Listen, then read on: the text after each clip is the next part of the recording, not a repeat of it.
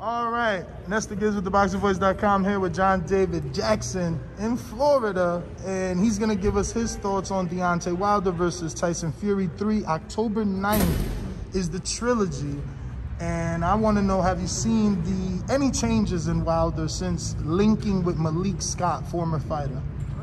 I've seen more punching. I'm not going to say better technique, but just more punching. I'm gonna put you, let me say it the way Tyson Fury said it best. He said, I stopped one fight and gave him a concussion. Now I stopped your training and gave him a concussion. What can you teach him? Very, you know, that's a very good analogy. But on the flip side of that, has Wilder taken has Tyson taken the third fight serious enough? Because he was here, he was in Vegas, he's been all over the place.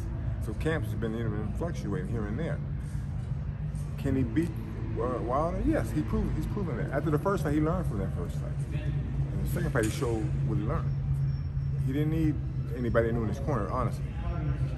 So for this third fight, is he too overconfident? Is he not training like he should? His father is, most parents know the kids better. And he's not really preparing for the fight the way he should. And so, that brings up red flags. As far as Wilder, he's definitely getting ready for whatever's coming down the pipe. But like Tyson understands, listen, I whooped your trainer. And I whooped you. What can he teach you new to beat me? The only thing that's gonna hurt Tyson is if he doesn't take the fight serious enough to realize, hey, something might come down the pike that they worked on that might hurt you. I mean, one thing that Wilder proved, he can drop him. So he knows that. But can he drop him and keep him down? Because, hey, Tyson, hey, I got heart and got up and, so it's an interesting fight, and it's a fight that the fans deserve, and hopefully, October 9th it happens. It's a toss-up, because to me, honestly, it depends on what Fury does in his mindset. What's his mindset for this fight? Does he go out there and say, no, you're not going to beat me, I'll keep the thing going? Or does he lackluster that night and allow Wilder to do his thing? But to me, it all depends on what Tyson does, because Tyson's the better fighter. Not the stronger fighter, but the better fighter upstairs. So it depends on what he does for this fight. Now, can you just elaborate a little more on, because you're quoting Tyson with such enthusiasm. Do you not believe Malik can add something because he has lost to Wilder and got beat up by Tyson Fury in sparring? Or do you think that a person that wasn't a world champion can still go on to be a great coach? No, I think any person that really has in their heart is a boxing person and they love boxing and they learn the sport, they can go on and be a great trainer. They might not have been the fighter they thought they were, but they may have learned from that they can be a better trainer. Now, you asked me about Deontay's trainer. Malik Scott. Yeah, Malik is, listen, he's not teaching physically. Why would he be a better fighter? Technically, I should say technical-wise. I see the same things. But he's showing them head movement. They're working on side-to-side head movement. When you they're working on doubling and tripling the left hook to the body. I've seen that. Listen, that all looks good. Feints. They're working on feints now. Yeah, okay. But when it gets hot and heavy, if they go a certain amount of rounds and Fury's controlling the pace out of the tempo of the fight, what does Wilder do? Does he panic and go back to what he used to do, or can he stay with the game plan? But is everyone simply just resorting to that? Because even your answers to Fury, you were like, well, is he taking it serious? Is he training? So those are our assumptions, just like, is Wilder going to resort back to the old Wilder once he gets into a real fight? Those are also assumptions. We can assume that what he's doing in the gym will translate. Well, listen, I hope for him that whatever they're doing or what they're working on, that it works for them. Because, listen, personally, I like him as a man. He speaks his mind, he tells the truth. He doesn't back away from that. I love that about him. Boxing-wise, I always felt he should got better training. And I'm not saying Mark didn't do his job, because it takes two to tango. Maybe Wilder didn't want to do all that. And maybe in his mind, he said, I got this right hand. I don't need all that crap. So I can't say, because I was never there.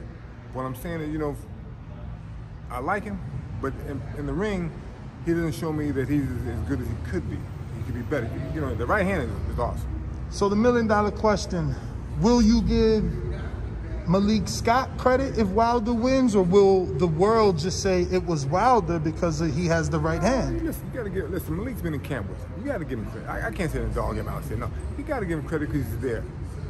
Now, if he turns around and makes Wilder a whole new fighter and better than he was before, then you gotta listen. He gets 100% credit.